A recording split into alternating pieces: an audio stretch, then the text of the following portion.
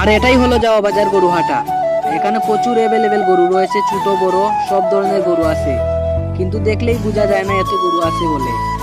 এখন আমি আপনাদেরকে দেখাবো বাজারের সবচাইতে বড় 5টি গরু, অনেক সুন্দর এবং এক একটার দাম 8 থেকে 10 লক্ষ টাকা। আসসালামু আলাইকুম, কেমন আছেন আপনারা সবাই? আলহামদুলিল্লাহ, আমিও ভালো আছি আপনাদের দোয়ায়। তো আজকে যাব যাওয়া বাজার গরুহাটে। এখানে প্রতি বছরই অনেক বড় বড় গরু আসে, তো আমি আপনাদেরকে দেখানোর চেষ্টা করব এই বছর। দেরি না করে উঠে গেছি অটোতে, আর এই অটোতে করে চলে যাব বাজারে, আর বাজারে গিয়ে দেখানোর চেষ্টা করব সবকিছু। আপনারা আমার সাথে থাকবেন। এখানে এসে দেখি ব্রিজের উপরে অনেক গরু, আপনারা তো দেখতেই পারতেছেন।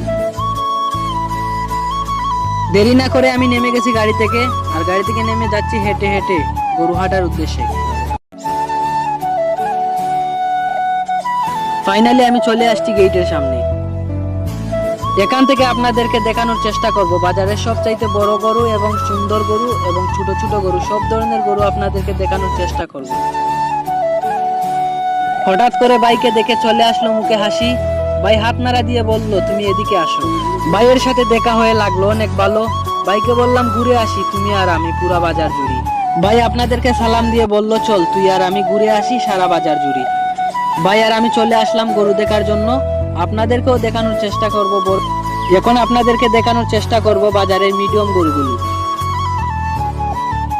এখানে একটা মজার বিষয় হলো, একটা গরুর পিঠে হাত দিয়েছি, কিন্তু অন্য একটা গরু লাথি দিয়েছে। এখন ভাই আপনাদেরকে বড় বড় গরু দেখানোর চেষ্টা করবেন।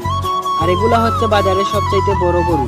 এক একটা গরুর দাম হচ্ছে 6 থেকে 7 লক্ষ টাকা। এখানে একটা মজার বিষয় হলো, ভাই একটা গরু কেনার জন্য দাম করতেছে, আর চাচা বলছে 5 লক্ষ টাকা। আসলে কিন্তু ভাইয়ের পকেটে 5 টাকাও নেই। ভাইয়ের এই কথা শুনে আমি খুব মজা পাচ্ছি। আর এটাই হলো যাওয়া বাজার গরুহাটা। এখানে প্রচুর অ্যাভেলেবেল গরু রয়েছে, ছোট বড় সব ধরনের গরু আছে, কিন্তু দেখলেই বোঝা যায় না এত গরু আছে বলে।